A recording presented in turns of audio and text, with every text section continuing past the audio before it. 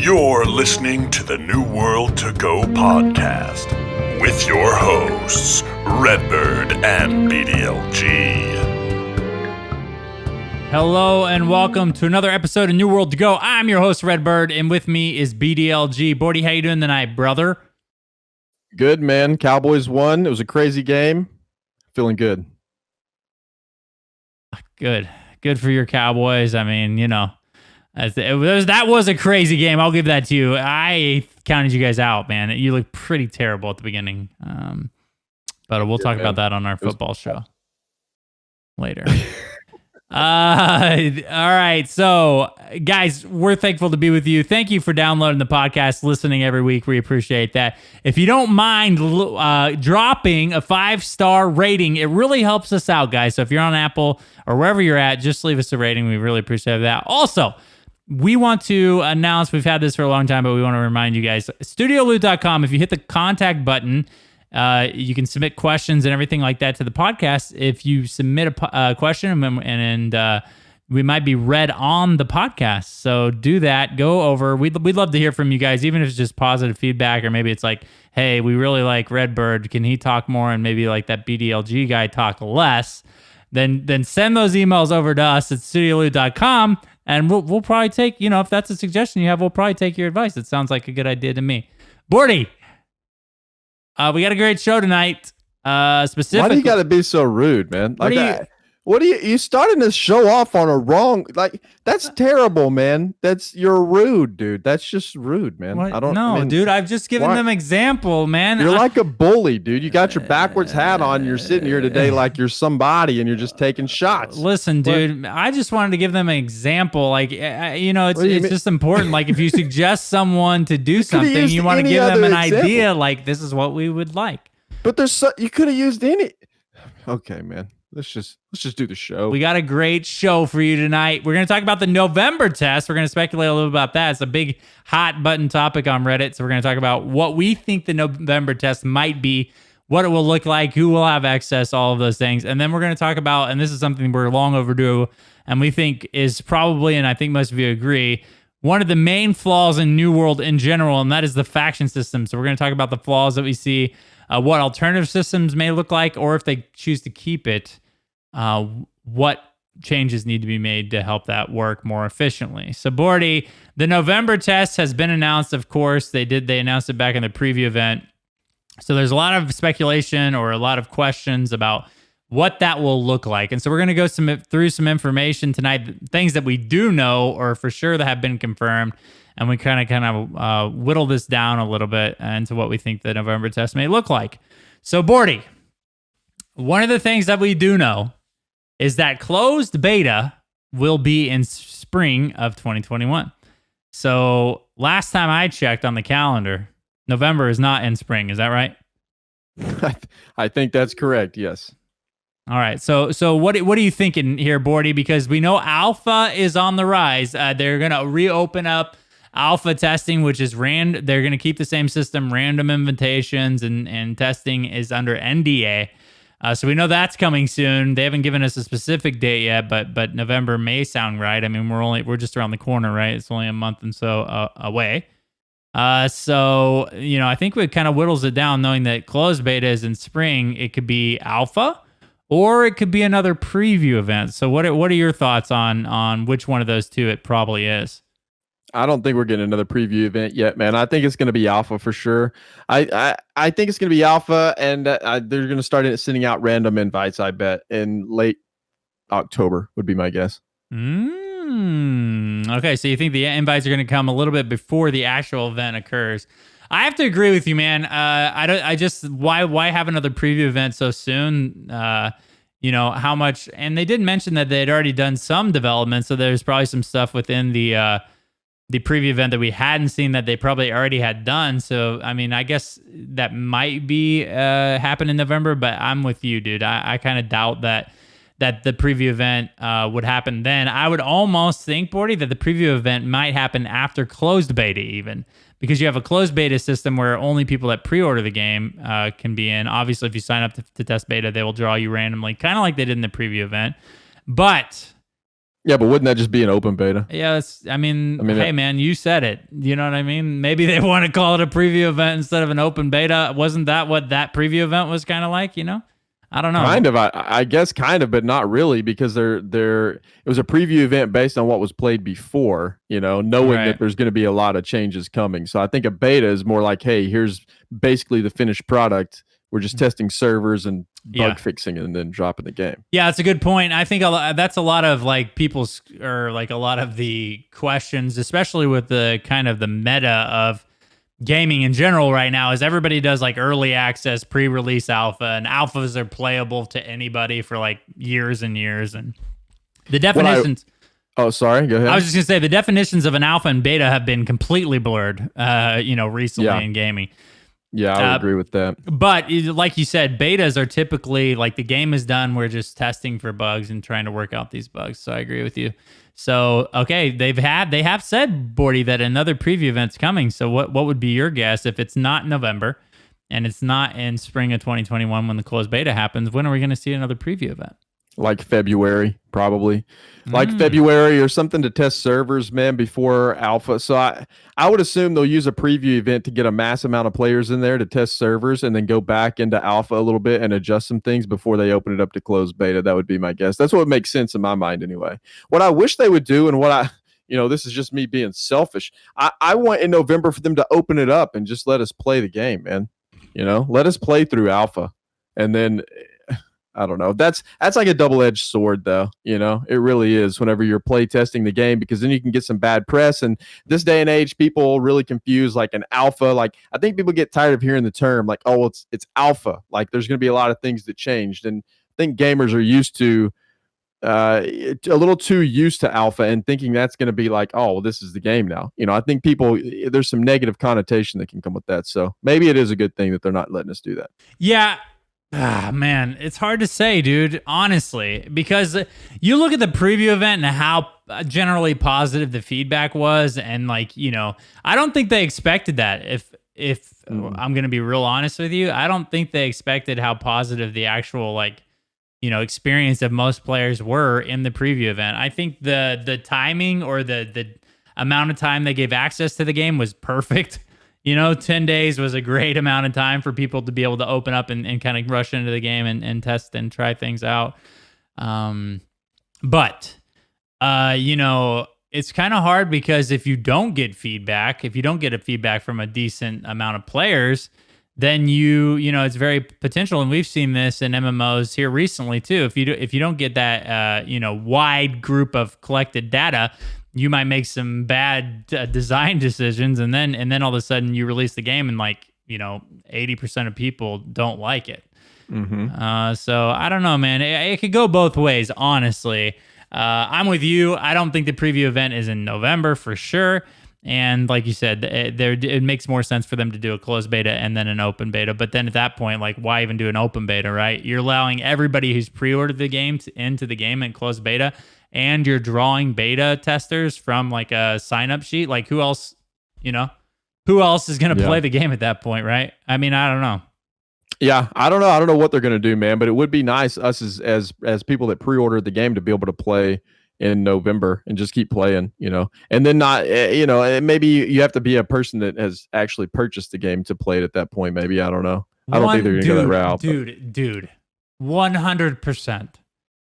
100%. We mentioned this about the previous alpha. Narrow down the group to the people that have actually spent money and paid towards playing the game. I think, that shows you that those people are interested, because when you draw random people and people just sign up in the alpha, a lot of those people aren't invested in the game. So they'll come in, try the game for a day just to say that they did, and then they'll leave. They won't give you any data. They won't fill out your form and all that stuff. I think generally people are interested to test your game and play your game, or people that have backed it or that are interested in playing it in the future, right? So the easiest way in my mind to narrow down your testing group is to draw names from the people that have pre-ordered the game. Seems like it makes sense to me too, because then those people just come in, they preview the game to see whether or not they want to actually buy it, and then that determines whether they want to buy the game, which I guess maybe is a strategy for them to get more sales. I don't know. Well, but you think that's kind of like a bad strategy because then you're like, I think so. Yeah. yeah, like here's this person who doesn't know, and then they're coming in and they're playing an unfinished game. So then they're going to decide like, I really don't like this game, even though you may have like a lot of different changes that you're making or have already made, you know? Yeah. So, okay. So if it is an alpha that's coming up in November, is it going to be the same system? Random invites being sent out? They haven't said yet. I think there's they have no word, said, though. but they have said? Yeah. On the website, they updated their frequently asked questions. And I think that was one of the things they said. And alpha would be like a random invite system again. Sad face. I'm not a fan of that, man. I know. Man. Not either, man. Not a fan of Mainly that because I want to play the game. Yeah. And I don't want to wait for a random invite. I want I want to like play the game, test the game. I'm invested in the game. Obviously, me and you both are. We both have a podcast. We both work on New World Fans, of course. And so like I'm going to give as much feedback as I can. I'm going to play the game as much as I can. I mean, but this is me being biased. Obviously, there's people that are probably listening to this and be like, I want in too. So then, I'm sure a lot of people feel that way, right? And there were a lot of people invested in the game during the preview event as well, and I'm sure they want in as well. So, I understand the random stuff to a certain extent, but please narrow it down to people that like have already like invested in the game, I think, in my opinion, anyways. Would be nice, man, for sure. Yeah, but you would think that group has grown a lot since the preview event, so maybe the odds of getting in there are not very good still if they do that, so...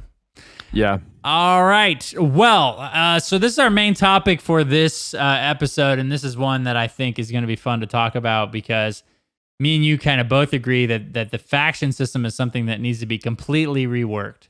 From the faction quests, from the PvP quests, from the PvE quests, to the way factions determine if you can control a territory or not, if your faction, if a company in the same faction controls a territory, you're not able to take that from them. There's a bunch of things that you keep going that, obviously servers can become imbalanced and maybe one faction controls all the territory.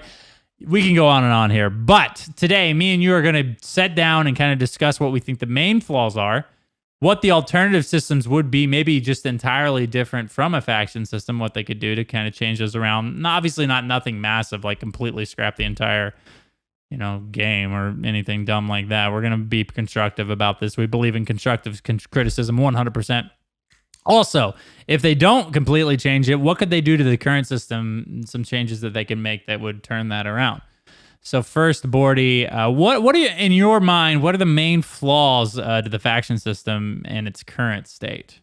Well, the faction system just doesn't make a lot of sense is the main flaw of it right now. I don't know.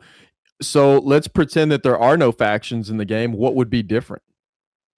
Not a lot, right? Yeah, not a lot. I mean, the only thing that would be different is that you wouldn't have faction vendors and faction quest givers, but you would still, if the factions were gone and it was just say guild based, for example, you could still have the undermining system in there. It would just be based on guilds, I guess. I don't know. I guess it would change quite a bit because territories are based on faction. You have an entire faction working to undermine one place. But but at the end of the day, like what is the purpose of a faction in the game? Because there isn't any really, there's no penalty for living in if I'm Covenant. Well, I'd never be Covenant, first of all, Syndicate for life. So if I'm Syndicate and I'm living in like a Covenant owned area, there's no real, there's no benefit, or I mean, I guess there's a small benefit whenever you're living in your faction because you get discounts and whatever, but there's no real big drawback or anything, So I don't know, man. The faction system never really has just made a huge impact on the game, in my opinion. I think there's a lot better way to do it. So the biggest flaw right now in the faction system is just the faction system itself. I think I don't know what the overall drive behind it is right now. Well, like you said, there isn't a lot of benefit into being part of a faction that owns a territory. There's also there's in the same hand, like almost a drawback to it, because at that point, for example, one of the things in the preview event, our Syndicate faction owned a couple of the territories, and the guild that owned those territories were completely toxic. They had the tax rates high. They, made it difficult to want to own a house there or to live there or to want to craft there because the taxes were so high.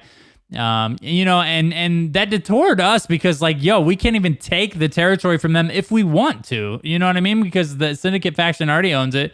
So we can't do anything. We can't help the other faction gain control of it so we can take it back from them. Like, you feel kind of helpless in that situation. I think that's one of the main flaws there is it eliminates, any other like people within the faction to be able to have any influence once, like say the Syndicate gets it. Well, that's it. Like we can always just kind of hope that they lose it, but there isn't really any action that a player can take to cause that.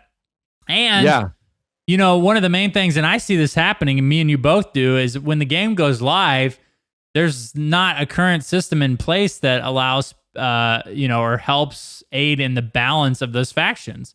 So at what point, do you determine that like, oh, the server's like actually just completely inactive because Syndicate or whatever faction owns the entire map, and none of the guilds from the other factions can muster up enough effort to control the factions. So then what? Like, and then it completely eliminates any of the Syndicate guilds from getting anything else because now they're currently all the factions are owned by Syndicate people, and it kind of detours like the other factions because it's like, like this whole, like, why would we want to keep playing the server? Like, it's just like a complete Syndicate server, which, and yeah, exactly. Which then leads to people stopping to log in on both sides of the coin, not just the people that are not just the opposing factions, but also a Syndicate playing faction as well. Because I don't want to play on a server if I'm Syndicate that Syndicate owns everything on the map. That's incredibly boring because then what do? You log in and you do what? You know what I mean? Like you log in, there's no conflict. There's nothing to do at that point. So then what do you do? And I think that's where the faction system is incredibly flawed right now in that respect. But it's also just a little bit, it feels meaningless to be a part of a faction. Like during the preview event, I never really did feel like, okay, we're a part of the Syndicate. Like we're all working together as a faction to do that. Like, I don't know. The faction system never felt together to me. It really feels like it's just there's no real driving force behind why you would choose a faction in the first place other than their story, and that's what pushed you can't join a company Syndicate, without joining a faction. And you can't, and that's true, you can't join a company without joining a faction, but I mean overall, like what made us choose Syndicate versus Covenant or Marauders? There's no benefit to choosing one or the other than strictly just the story and like their beliefs as a faction. But in terms of like anything else, like why would you join one over the other? I don't know. I think there's maybe different things you can implement for benefits or drawbacks or something that make them more meaningful. Yeah, that is, like to your point, it didn't feel like how, like for instance, it didn't feel like it was like the Syndicate was like, oh man, I like feel like a part of these other companies and all these companies working together for a common cause and all that stuff, because sometimes you completely disagree with the other companies in your faction. And like for the example we gave for the preview event, we completely disagree with the way they were running the territory, but we had no say or anything in that. We couldn't do anything. So that's kind of a feel bad moment. I think in general, like obviously the faction missions, the way you undermine the people that are in control of the current territory to take it over for war is good. I like the idea of doing PvP. Obviously, they need to expand upon the system. The PvP missions got repetitive. The PvE missions got repetitive. So they need to find new ways to kind of make that more interesting, obviously. But I think in general, like the idea of doing a quest to help, influence the territory is good. But again, Bordy, in that particular zone, the one that we were talking about, why would I want to do quests to help out the Syndicate, right? So then that completely erases a zone that I want to go into at that point, because I can't be efficient by picking up the PvP and PvE quests to go out and, farm and do those in that zone, even though maybe like that's just my level, right? That's the zone that I want to be in because it's optimal for my level. So then that kind of takes doing the missions off the table because I don't want that company to control that territory anymore. So then it just kind of, I don't know. It doesn't seem fluid enough for me to be, obviously the game's not out yet, but for it to be the ending or the finished product, it just doesn't feel right. And so we're going to move into what alternative systems, if we were to completely scrap the faction system, what would you like to see as far as like a way to manage these territories, control and keep PvP and PvE meaningful throughout the game's life. Yeah, I mean, there's always just moving into guilds, but I think guilds create a whole other set of issues because what if you're a player that doesn't want to play in a super large guild, right? Because in this environment, it would promote the larger guilds being the ones that are successful in the game. And a lot of people like to play with a small, close-knit group of people, like a 10-man guild or something, and they wouldn't be able to be very successful against a guild that has 50 people in there. And then what prevents other guilds from just forming multiple guilds that are maybe allied with one another and then having one big massive guild? So there would have to be systems in place to prevent that kind of thing too. But maybe with some tweaks and some checks and balances, maybe a guild system would work a little bit better versus a faction system. But then you get into the experience of, well, there are people who like to play MMOs solo. They're social people. They like to meet people and group with people in the game, but they don't necessarily like to be in a guild. They like to be like a lone wolf type of player. And then that kind of excludes them too. And the faction system would include them in that. So that's one benefit of the faction system. Technically, I mean, they could not choose a faction too if they wanted to, but then that completely eliminates you for most. Then you kind of go back to the thing, Bordy, like, why are you playing an MMO? Like, I mean, not true, like to be rude about it, but the thing is like, if you don't want to choose a faction or a guild, I think New World is probably not a game that you would necessarily be interested in, but maybe so. Maybe you like it's got great combat. The crafting systems are good. Maybe you're into that, and that's kind of like as far as you want to go. And that's, factions wouldn't provide much for them anyways. But the system they have in place does kind of incentivize people that do like to craft and gather to be part of a company or a faction that promotes like good taxes or good crafting rates and stuff like that. Within why wouldn't you want something like that if you were a crafter? But I don't know, man. So your example would be the guild thing, and I think that's the first logical the first logical suggestion. But what do you think about the current company size, like being 50?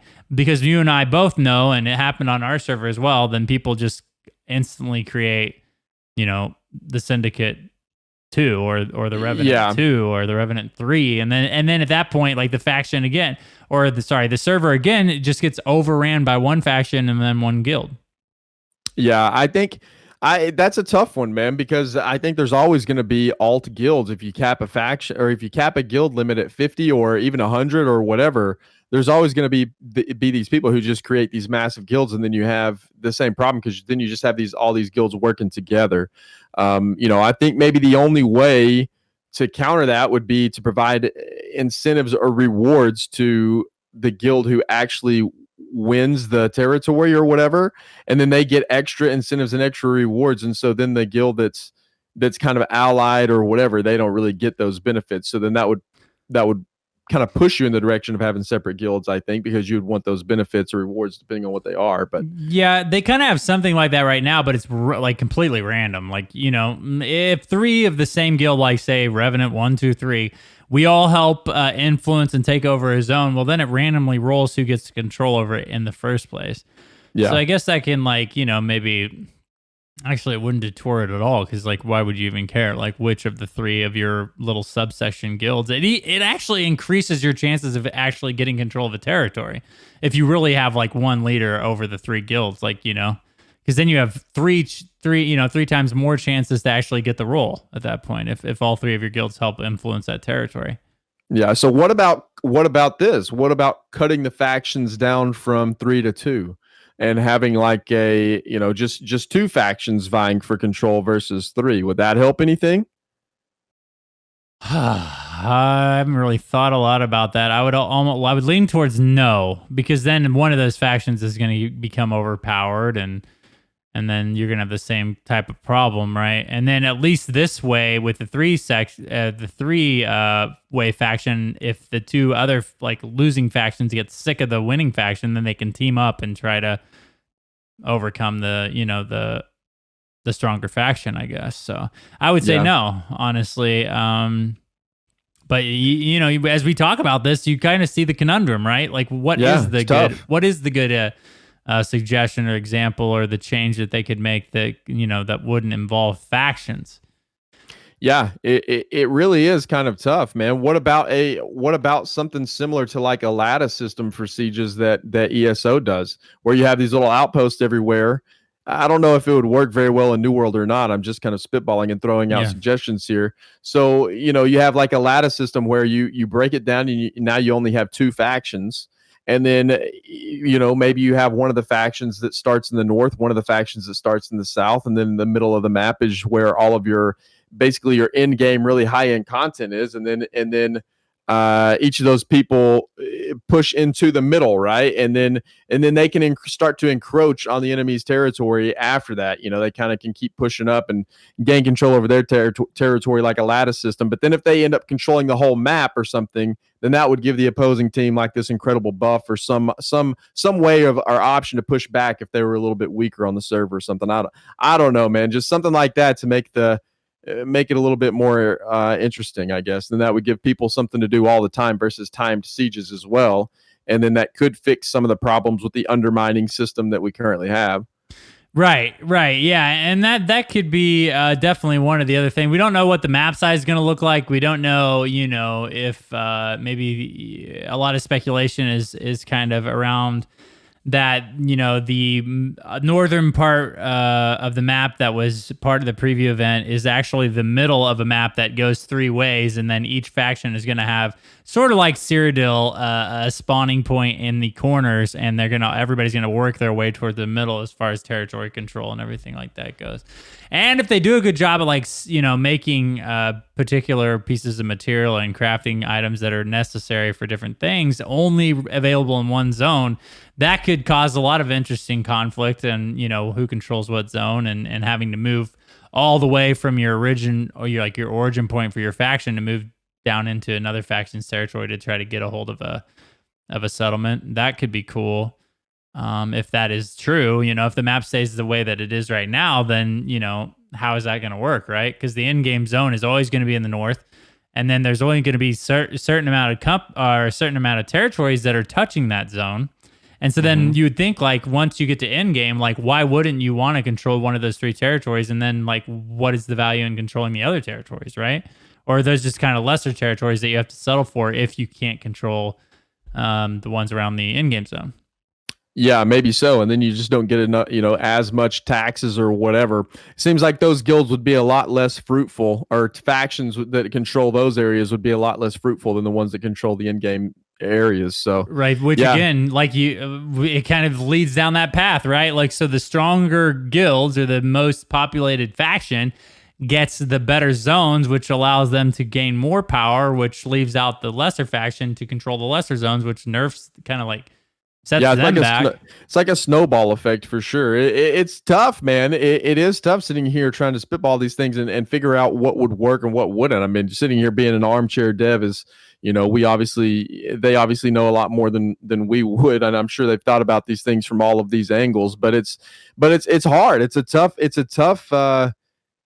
tough question, because what do you do? How do you balance all of these things? And to be honest, I don't know what the right answer is, man. I think the system they have now, I can tell you, needs a rework for sure. I mean, because factions don't seem very important or impactful. So what the correct answer is, or the solution, man, it's going to be hard to say. I really don't know. So the last thing that we're going to talk about is what can we do? What are some minor changes or major changes to the current system without completely nixing the faction system that can make it viable, that can make it to the point where it does add interest in what faction you join, and feeling a part of that faction now. And I know that people are going to give me a lot of hate for bringing up WoW, because most people do. But dude, feeling a part of the Horde or the Alliance was awesome in my time in WoW. Relating to the, whatever faction that you're a part of, feeling that identity is powerful. And if you can provide that inside of an MMO, then why not, right? So I think one of the things they should do to help make this current system better is give us more reasons to feel like I'm a Syndicate guy. Give me some more unique choices that I made that now, because I'm Syndicate, only I can do this sort of thing. You know what I mean? Versus the other two factions. I think that could go a long ways in making people like feel some sort of relationship with the faction that they choose. Yeah, absolutely. I kind of touched on that a little bit earlier, and I agree for sure, man. There should be some sort of indication there should be some sort of reason as to why I join a faction versus strictly their backstory, right? Like there should be some kind of perk or some kind of something that you get, and then that's another challenge, though, is that they would have to balance those all together so that one faction isn't just incredibly their perk or whatever they get isn't so much more powerful than the other faction. So that introduces another challenge. But I do think that something like that should happen because right now, why do we join the Syndicate? Like why do you join the Covenant? Why do you join the Marauders? It's purple, dude. That's why. Exactly. The color or the story, and that's it. That's the only connection you have with that faction. So I agree, man. Something like that needs to happen. And maybe it's just a rework of the faction store, right? Because right now, the faction stores, man, are kind of bunk, man. Like I don't even think I bought anything from the faction store unless I wanted something very system specific. In general, like does it? I mean, like you got access to your level of gear at the very end of your level. It seemed like, you had to be like a certain level to access gear. To buy the next tier, and then but it seemed like every time I could buy the next tier, I was already like in better gear than I could actually buy from the faction vendor. So that definitely needs a look. As well. One of the things I think would be good is, the territory system in general, having open world PvP with a territory that's in conflict, of course, between the two factions. So that would kind of create a rivalry. Like if the Marauders come in and start conflict within our system, and then we know there's a war scheduled, right? There's going to be a siege that's happened. At that point, I think green and purple should have I may have said the wrong color for Marauders there, but I can't remember. Marauder and Syndicate should at that point be able to like kind of go toe to toe without like much reservation, right? There should be some side of rivalry there that, oh man, we know that they're going to take or they're going to attempt to take our fort soon. So then we can now like go at each other in open world PvP without having to flag or without being able to unflag. What do you think about something like that kind of creates more rivalry and like more awareness that, hey man, Green's trying to take over our territory and we're at war with them? Yeah, so the whole PvP discussion and the open world PvP discussion has been a hot button issue, but I think at the end of the day, New World is a heavily PvP based game. I mean, it's territory control. It's, there's a lot of things that go on there in its current state that makes PvP something that should be a lot more prevalent, I think. And so I do think that there's that yes, like maybe a week, not a week, but maybe a couple days or something before the actual war starts or something, there should be some kind of open conflict there to fight for.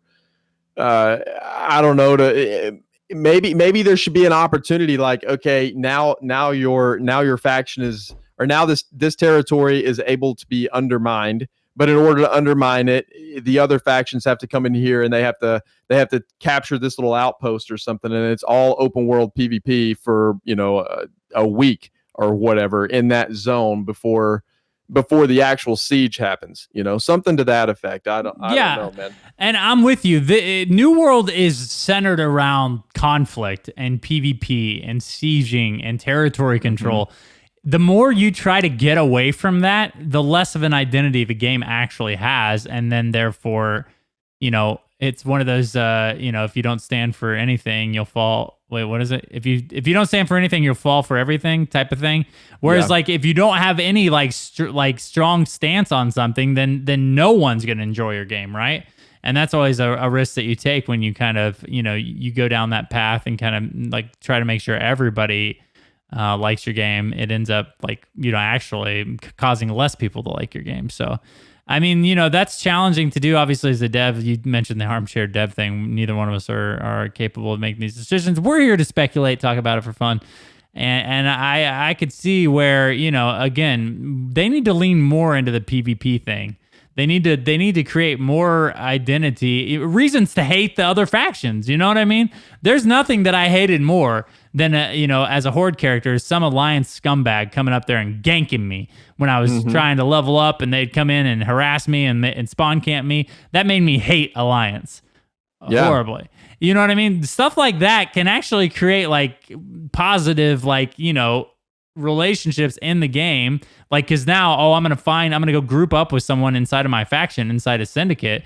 I'm going to create this group of random people, just hit it in general chat. Like, hey, I'm getting ganked by this marauder and I need help. And then those people come and get in your group, and then they help fight off that marauder. And that builds relationships in your syndicate faction, which can cause, like, again, your identity and making feel like you're part of the faction, and like those other people in the faction are there to support you.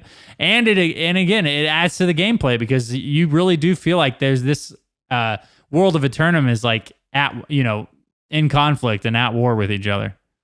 Yeah, absolutely. And maybe it is a map issue, man. Maybe it is how the map's laid out. Maybe they need to take a look at each zone and figure out that, hey, this zone is I know this has been hashed out a whole lot, but it may be something worth looking at. Like, this zone is 100% a safe zone.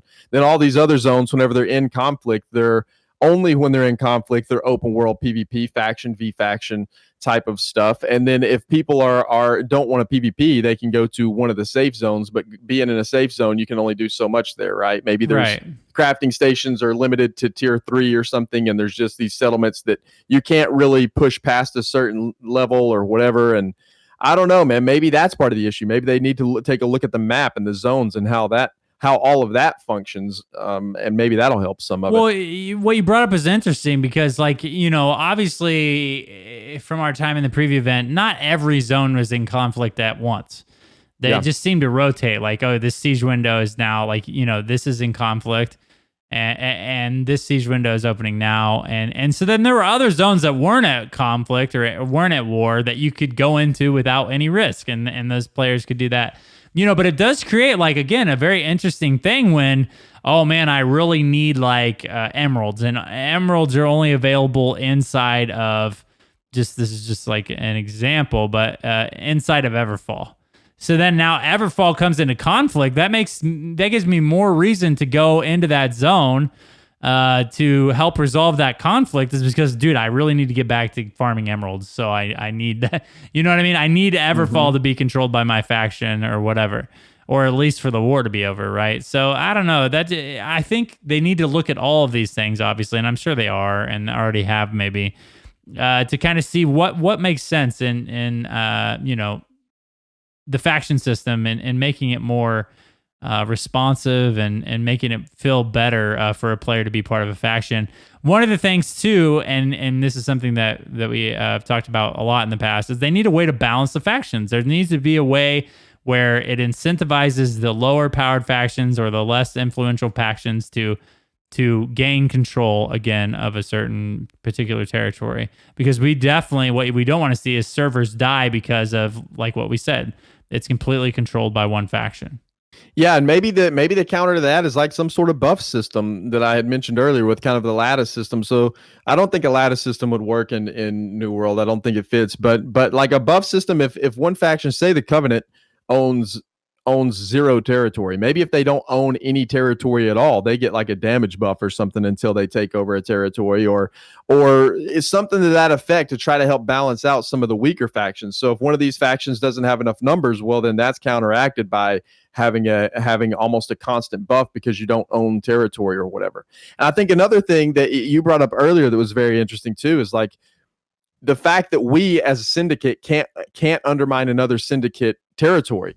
And I think that should be a thing. I think that maybe there should be a way to overthrow like a corrupt government in the game or whatever. So if like the syndicate owns everything on the map and they're taxing it at this incredibly high rate because this one guild is so crazy strong or whatever, then we as the syndicate should be able to get together and have a certain number of guilds, maybe petition system or some Yeah. type of system to be able to go in there and say, hey, these guys suck. We want them out just as much as the other factions do. So let's backstab them, or not even backstab them, but let's overthrow their power somehow. And I think that could help a lot too. Even if you're in the same faction, that might create some rivalries. And then maybe if that happens, there's some sort of penalty for overthrowing somebody of your same faction, or some sort of rivalry between the guild that initiated it and the guild that's owning it, or something like that might be pretty interesting too.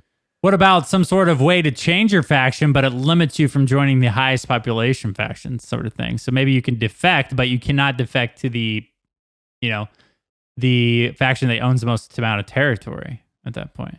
Maybe so, but I could see some issues with that too, because then people would just be switching all the time. There would have to be like some kind of hard limit or something, or you can only switch so many times, or maybe I don't know how that would work. Or, Yeah, all of these things are very interesting to think about, and obviously it'll be cool to see what they choose as they kind of go into working more on the game, and as we get to see alpha and closed beta and everything like that, to see how the game shapes up in that form. But I'm sure they're aware of this was brought up a ton and is like a constant subject on the Reddit. Both Reddits about the faction system and changes that need to be made. So I'm sure they're very aware of the current system's needs. So that about does it for tonight, Bordy. Again, guys, thank you for listening. We really appreciate it. If you don't mind leaving a 5-star rating on the podcast, that helps us out a lot. Helps us move up in the directory, get noticed in the directory. Apple promotes our podcast, yada yada yada. We appreciate the support from you guys, and go check out studioloot.com. Leave us a question and we can answer it on the podcast for you. It's something we like doing. Helps us think about things in New World and in general, so we appreciate your guys' input there.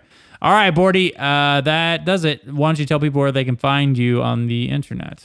Yeah, man, you can find me over at twitch.tv/BDLG, and then Twitter and YouTube is at the BDLG.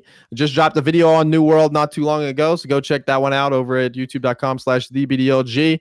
And of course, creating content for studioloot.com and then newworldfans.com. And don't forget to go follow the Studio Loot Twitter as well. It's just at Studio Loot, one word. Yes, sir. And I'm Redbird with Y. You can find me at Twitch and YouTube under the same name. Also on Twitter, I am Redbird. Guys, thank you so much for listening to the podcast. We're very grateful for our audience, and we can't wait to see the future of New World. We're excited, and we know you guys are too. So, we'll see you on the next episode of New World to Go.